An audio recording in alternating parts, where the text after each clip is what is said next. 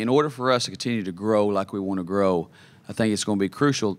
For us, we got such a small margin of error that everybody on our team that's on the floor has to make contributions for us.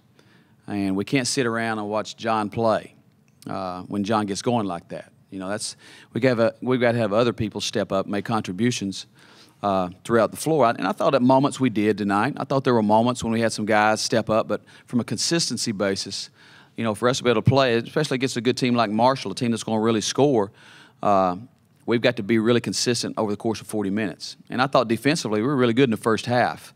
I thought we defended well. We let down some in the second half. I thought a big difference was that they started off 10-0 on us to start the second half and stretch their lead out there a little bit, and we didn't guard them as well in the second half. But our offensive consistency is an area we really got to improve on. A lot of that's about sharing the ball and making the right pass and making the right decisions once we get into the lane. And a couple people we finished and thought we were drawing fouls when we really weren't. We got some phantom moves inside. We got to draw fouls or be able to kick the basketball out and give people opportunity to finish plays out there. You score 83 points and you think, well, that's a pretty good offensive night, but for us to turn the ball over 18 times, miss 9 free throws, and still score 83 shows there's a lot left on the table. And so we've got to be a little bit more consistent there on the offensive end. As to Jon, I thought Jon had a really good night tonight. It looked like Jon Davis that we're used to, and it's good to see him get back into his rhythm again tonight, playing well and playing with energy and making his shots and being aggressive. Like he wasn't really aggressive at Rice, and then we talked about it. His dad talked to him about it, and we had some conversations about the number of shots. And he does not have a governor on him. He's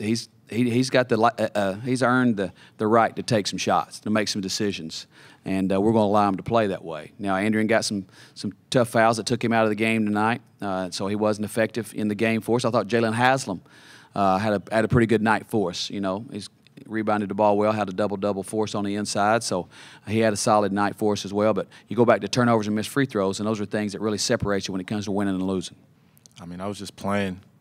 Honestly, the first 15 games of the season, to me, myself, I'm my biggest critic. Whether it's like Coach Fancher mentioned my dad, the coaches, just people that I feel like have earned the right to, have their opinion on my game of basketball, whose opinions I take serious, like my coaches, my dad, my high school coach, and the guy that trained me at home.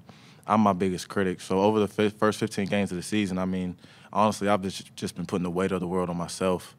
It's been so bad to the point where I'm just so focused on doing the right thing that I'm putting too much pressure on myself, and it's like a play-by-play thing. So that's why there's always those stretches in games where I might have a good 3 or 4 minutes, but I always end up not producing like how I'm used to producing. So tonight, I just kind of just played loose, just took the weight off my shoulders and just played, and then my shot started falling.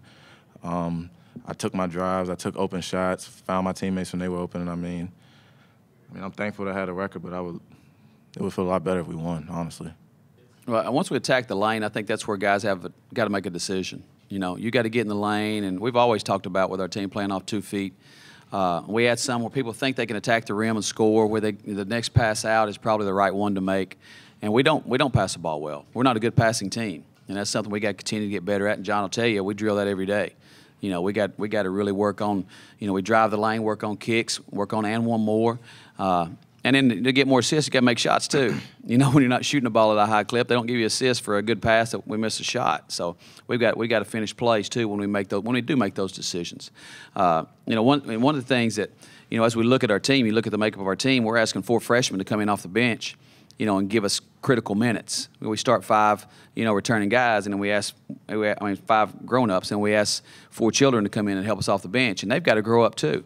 They get put in tough situations where they're playing maybe 2 or 3 minute stretches, and they got to come in and be productive for us. So that's an area we got to continue to grow as well. Those Jalen McGill and Ryan Murphy, they got to come in and make have some assists and make some plays for us too. So we don't have to put the pressure on our starting 5 to be able to be that majorly productive every night. We got outscored 26-5 off the bench tonight, which is a crucial thing too. We have a tendency to disappear a little bit when we get behind mentally. And so we got on the bench. There's 8 minutes to go in this game, and we're down 10. And it's like you guys act like we're out of the game. And all of a sudden there was a revival on the bench a little bit. They started clapping, started to get back into it. And sometimes you just got to, when guys are dealing with adversity sometimes you got to snap them a little bit to clear with what's gone on in the past and focus on what's next play for us. And sometimes we get hung up a little bit, whether we miss our shot and don't get back defensively or get beat on a backdoor cut and put our head down instead of continuing to play. And as we're growing this team, as we continue to build this team, it's going to be about consistent effort, play by play. And that's something we got to continue to get better at. Fantastic. And, I think we've moved up to 12 in the RPI now. So to say it's not good might not be right. We've really made some huge strides. I think we're 21 to 22 last year.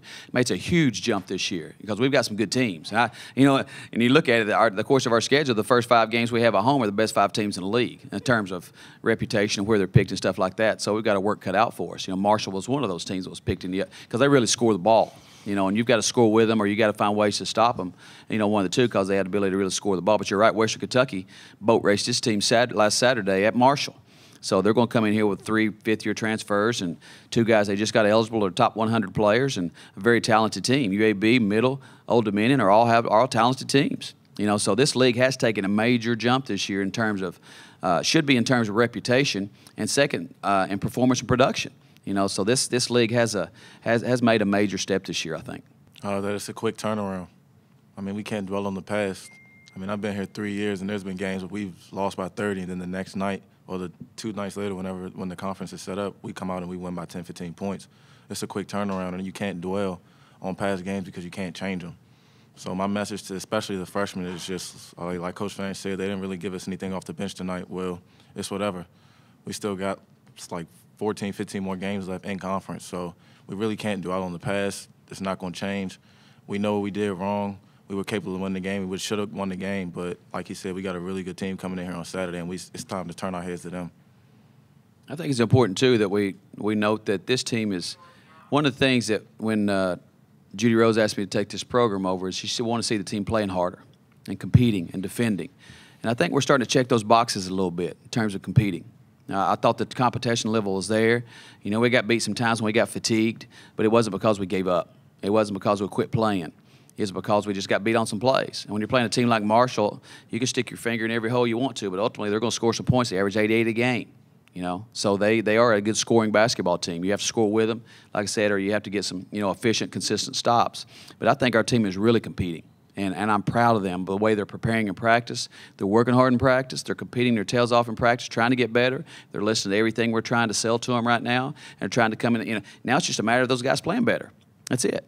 When they do some things in practice, we acknowledge them. Now they got to carry them over to a game, and I think that's our next step in terms of our growth. And it becomes challenging, like you mentioned, because we have such a tough home schedule coming up. But nobody feels sorry for you. No, they're not going to feel sorry for you. They're going to come in and try to beat your brains out. But we're going to come in and compete. And I can promise you that every night. We're going to come with a high competition level and make sure we give everything we have every night.